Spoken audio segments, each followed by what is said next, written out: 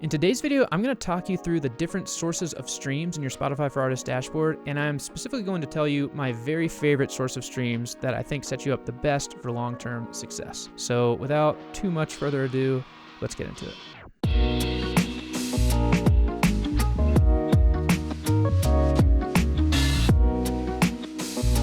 Okay, so here we are in the old computer screen, and I am in my own Spotify for Artists dashboard looking at my song Everything, which happens to be my top song. Right now it's getting 18,000 streams per 28-day period, and I wanted to show you the source of streams breakdown for this. So first I just wanted to clarify what each of these categories mean, and then I'm going to tell you what I think is a healthy breakdown in terms of percentages. Your profile and catalog are streams from people who literally are just searching your artist name, landing there, or landing from a direct link, and then streaming you from your profile. So it's generally if you have a release day and people go search your artist name and stream you from there, or if it's in your link in bio just to your Spotify profile, that's where these streams come from. Typically, if you are running a meta ads campaign, those streams will show up here. Listeners' own playlist and library is when listeners have saved your song and then listened to it again. So they saved it to a playlist, they saved it like a pre-save or a save after they heard it once, and then listened to it after it's in their own library. Other listeners' playlists, those are those third-party playlists built by other users that people follow and listen to.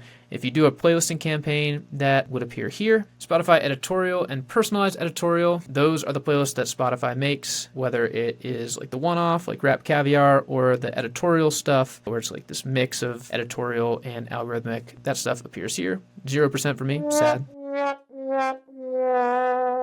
And then Spotify algorithmic playlists, that is radio, Discover Weekly, Release Radar, daily mixes, your DJ, those sorts of things. Other, here they say, streams that come from smart speakers, TVs, or wearables. Typically, if you have a bunch of other streams, it is a bad sign because it's probably bots. You almost never want this to have really any meaningful percentage. So those are the 5 categories. Now, I would say a healthy breakdown based on looking at across my catalog of artists. You want most of your streams to be coming from listeners' own playlist and library and Spotify algorithmic playlists. And really, either of those can give you a solid base to just have consistent streaming traction for a long time. Spotify algorithmic stuff, sometimes you just latch into an algorithm and you just rack up streams from the algorithm, even if it's not having great engagement from listeners' own playlist and library. And my very favorite is listeners' own playlist and library because it signifies real people like your music, have saved your music, and are listening to your music again and again. So if I had to pick one of these categories to have my streams come, it would be listeners' own playlist and library. Now, with that said, a good breakdown, I would say, is 30 to 50% of your streams coming from listeners' own playlist and library, 30 to 50% of your streams coming from algorithmic playlists, just a very little bit coming from other listeners' playlists, whatever comes from here, lottery tickets, barely anything coming from here, barely anything coming from here. And the bulk just coming from these two sources, 30 to 50%.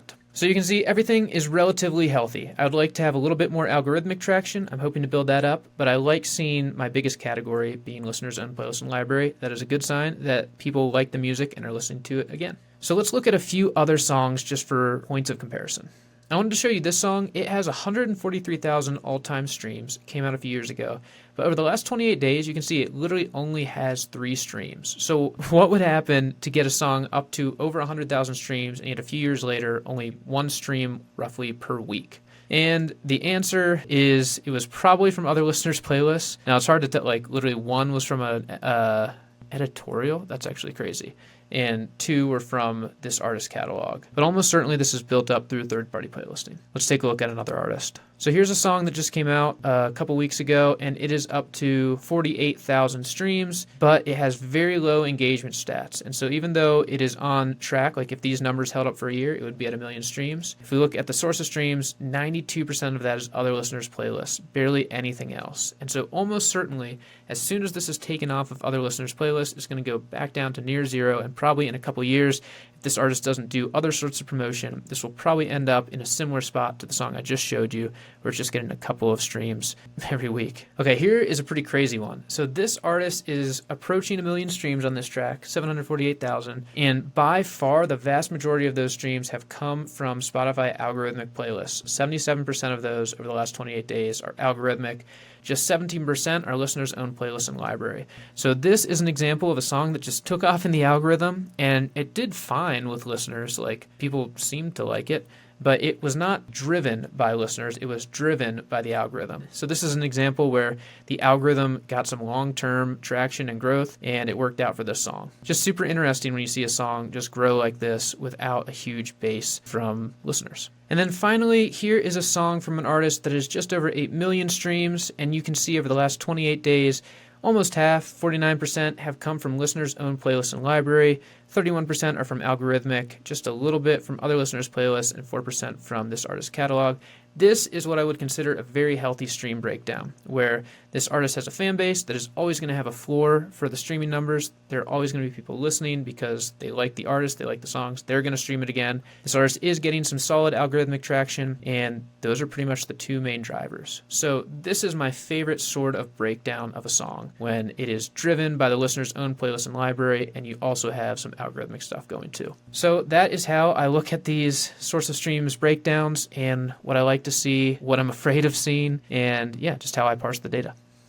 So yeah, that's my breakdown of the different sources of streams. Hopefully it was helpful as you're looking at your own data and just trying to figure out what it means and what you should focus on. If you're interested in learning more about this sort of thing, I do talk a lot about Spotify marketing in my membership, only $15 a month. I also have a free Spotify marketing mini course you can check out. And yeah, just wishing you good luck as always as you make and market your music. I hope you build up a huge percentage of people who are streaming you from their own library and just love listening to you again and again. You got this.